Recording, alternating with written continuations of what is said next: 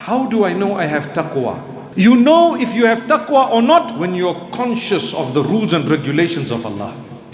If you made a mistake or you sinned, it hurts you, it makes you regret, it's a sign of taqwa. You have to repent, sign of taqwa. That's why Allah says, Sari'u ila maghfirah min rabbikum. Make haste towards forgiveness. You committed a sin, quickly repent, don't delay. Quickly repent. When an obligation is upon you and you fulfill it, that is a sign of taqwa.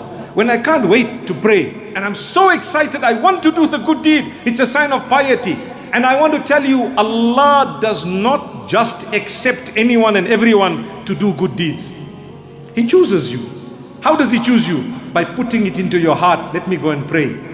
Let me do this good deed. Otherwise we could say, you know what, I'm so tired. I was at school all day. I went to varsity all day. I was at work all day. And you know what, I need to sleep. Let me just quickly shower, eat, and go and sleep. What about prayer? It didn't even feature in your equation. That was Allah rejecting you because you rejected Him.